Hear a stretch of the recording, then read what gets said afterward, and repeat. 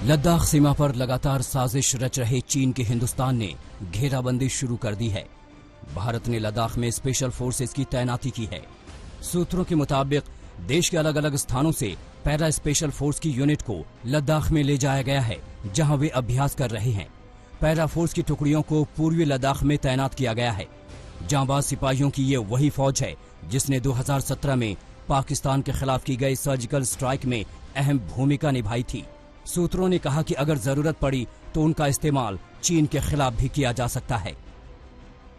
अब ईस्ट लद्दाख में अगर security forces, special forces deploy हुए हैं तो इसका मतलब ये है कि अगर कल को खुदा न खास्ता कुछ लड़ाई या मुठभेड़ हो तो ये काम में आएंगे और पूरा हिंदुस्तान देखेगा कि इनकी काबिलियत की और इनके जो टास्क दिए जाएगा, जो टास्क कंप्लीशन होगा, उसका उस मुठभेड़ पे बहुत ज्यादा असर पड़ेगा।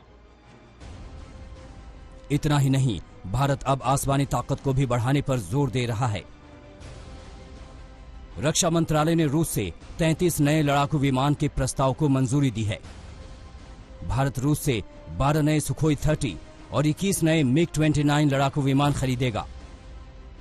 इसके अलावा 59 मौजूदा मिग-29 को अपग्रेड भी किया जाएगा। ये सभी हथियार 18,148 करोड़ की लागत से खरीदे जाएंगे। 38,900 करोड़ की डील को डिफेंस एग्जीबिशन काउंसिल ने मंजूरी दी है। डिफेंस एग्जीबिशन काउंसिल की बैठक में हथियारों के क्षेत्र में भारत को आत्मनिर्भर बनाने पर भी जोर दिया गया, जो कि डील का हिस्सा होगा।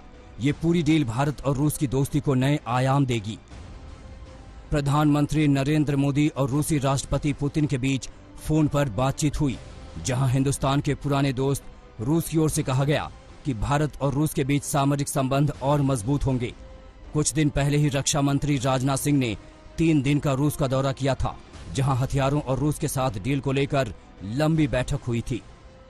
मौजूदा हालात में चीन जैसी चालाक सेना पर कतई भरोसा नहीं किया जा सकता और इसीलिए पूर्वी लद्दाख के अलग अलग इलाकों में भारतीय सेना के स्पेशल फोर्स के कमांडोज को तैनात किया जा रहा है। अपनी मारक क्षमता की वजह से ये दुनिया के बेहतरीन सैनिक माने जाते हैं। कई मौकों पर इन्होंने दुश्मन को चौंकाया है। सर्जिकल स्ट्राइक के दौरान पाकिस्तान के कब्जे वाले कश्मीर में घुसकर स्पेशल फोर्स के कमांडोज ने कई आतंकी कैंपों को निस्ते नाबूद किया और अब पूर्वी लद्दाख के अलग अलग इलाकों में तैनात होकर ये चीन को उसी की भाषा में जवाब देंगे।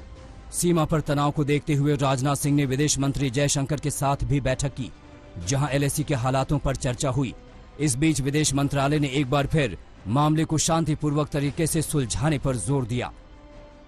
हम चीनी पक्ष से सीमावर्ती क्षेत्रों में शांति की बहाली सुनिश्चित करने और गंभीरता से इसका अनुसरण करने की उम्मीद करते हैं।